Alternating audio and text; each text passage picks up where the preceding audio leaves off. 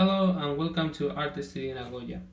2 months ago I released a video talking about how to load this camera, ricohflex 7, and 1 week ago I got a comment asking me if I can explain how to use the camera. So today I'm gonna explain you how to use the camera.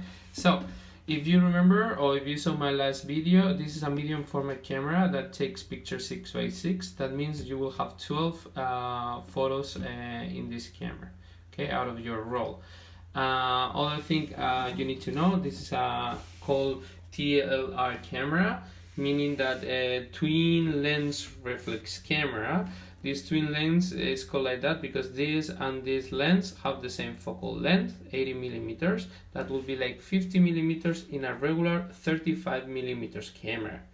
Okay, this one is called the VII lens and this is called the taken lens, and they serve different purpose. I'm gonna explain you. Like you have to imagine inside here is divided in a half. The top lens, the light goes through, there is a mirror in a 45 degrees, and go here to the top.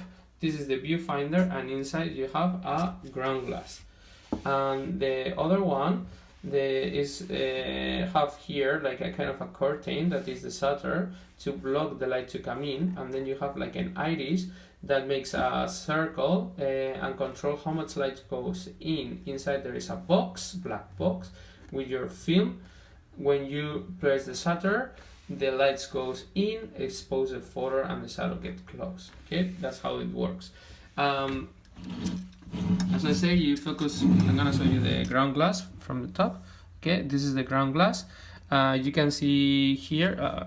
You can see here that the ground glass have some lines making the same shape of the rule of thirds that will help you to compose your image. And also you have here like a magnified glass that you can use to focus in detail. I totally recommend you to use the magnifying glass. How I usually do, use the magnifying glass. If the focus is very critical, I just take the picture using this one and compose in the center. If the composition and if I'm using like a F11, something like that, and I'm more worried about the composition, I first use this one, focus pretty nicely, and then I compose with this one. Also, if I'm shooting like something like imagine like a baby or something that is moving and I just want to get the perfect shot, first I focus, get the composition, then I don't move the camera, and instead of looking through the glass, I look to the person and I press the button, and that way I get exactly the moment I want. That's how I focus with this camera. And I close. Okay. Here you have, talking about focusing, you have this as a guide of distance where to focus. I never use, and I don't know if this is very precise, it's in feet, okay? So you can try to use it.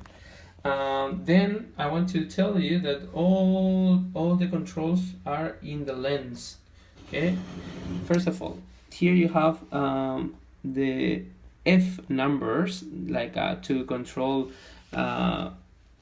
the depth of field and the amount of light that it comes in. This basically what it do when you pull this down from 3.5, that is the minimum, and all the way to 16. I want to show you 16 here. What it's gonna do is inside there's as I say an iris, and it will open and close, like let me see, like open and close like a hole, okay, and control the amount of light. If you have like 3.5, your area of focus is gonna be smaller. If you have 16, the area of focus is gonna be bigger. But if you have 3.5, you can allow more light to get in. If you have 16, less light will come in. The other thing that you need to check is here. This is the shutter speed. It means like 100, you see an arrow. This is to tell you that is the one that you selected. Okay, if you have 100, is 100 of a second open. 50 of a second, 25 of a second, and then you go to ball. Okay, that means that basically you press the button and the shutter is open, and when you release, the shutter closes again, so you can keep it open as much as you want. There is here like some kind of controls, like you can put like a external shutter, but I don't have it. Maybe it's useful if, like you're using for long exposure photographs that I don't usually do. I basically use my camera without tripod, hand holding. Okay. The last thing of the process of taking a picture. So basically, how you take a picture, you will press this up. You see this is connected with this. Like if I put it down, you see it goes down. If you press up, this will push the other one, the other small iron thing here, and that will cock the film. Then if you push down, you will exposure the negative, your photograph. Okay, when you're done, you want to go to the next photo. You open this window, like now is in number 4 because I have film inside. You roll here, the film will roll till you see the next number 5. Okay, and you gotta be careful when you're rolling. Like it happens to me that I went a little bit too much, so you just try to pay a little bit attention when you're doing that.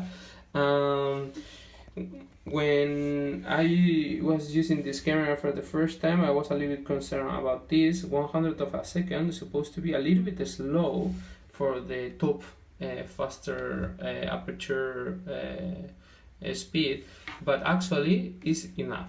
You will have totally enough with 100 for most of the photograph you're gonna do. Like of course you cannot do sport photography with this one, but also you couldn't focus manually so fast.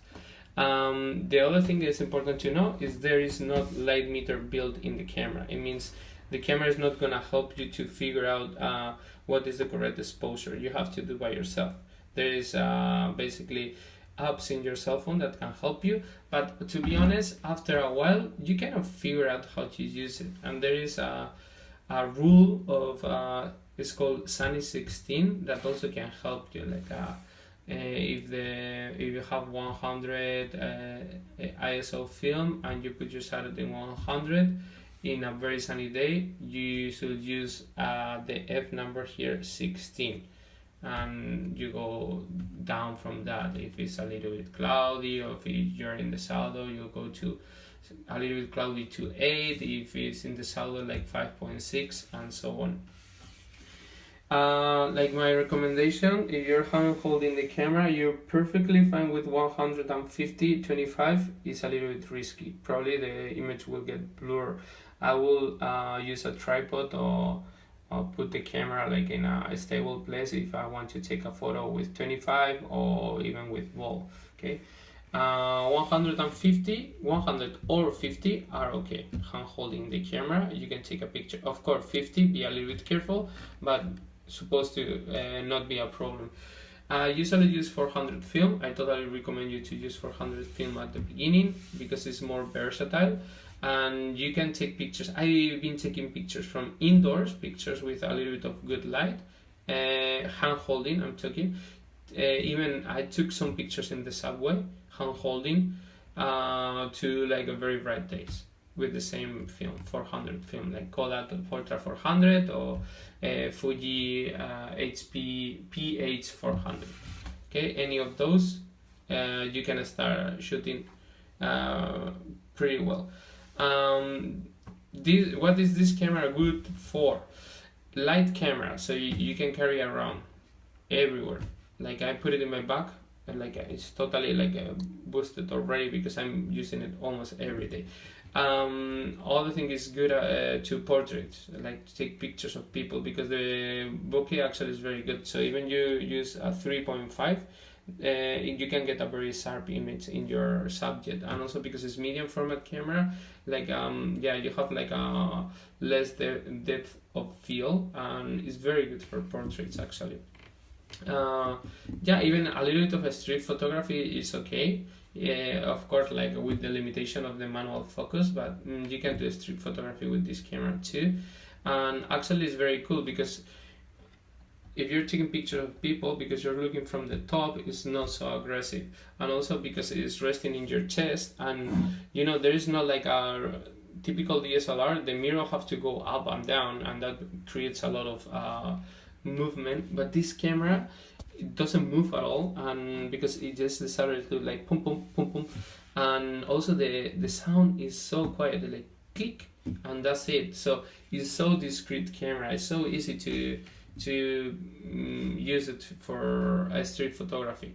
The only bad thing is like maybe you take a little bit while for focusing. Not only because the lens, like you have to go around with these rings, but also because the image that comes from the ground glass, it goes like it's not upside down, but the left to right is opposite. So basically you're gonna move the camera to the right, but because the way you're seeing, you're gonna move it to the left at the beginning. That will happen a lot, so it's very difficult to compose at the beginning like quickly. After you get used to it, no problem. So yeah, I use this one, like straps, so useful, like you can rest in your chest. Yeah, very stable, very discreet camera, very easy to use because it's so simple. As soon as you learn the basics, you can take any kind of picture with this camera, and it help you to learn how to use the triangle of exposure and how to yeah, like even you have the rule of third built in the camera, so it's so good teacher for learning photography, and it's so cheap. I found one in my store for 5,000 yen, like second-hand store. 5,000 yen is like $40, so I totally recommend you this camera. Anyhow, if you want to see other videos, please subscribe to my channel and give a like, and if you have any comments, please leave me in the comment sections. I will be happy to make any other videos out of a suggestion. And also check it out my Instagram account. I'm uploading some cool pictures there too. So have a nice day. See you.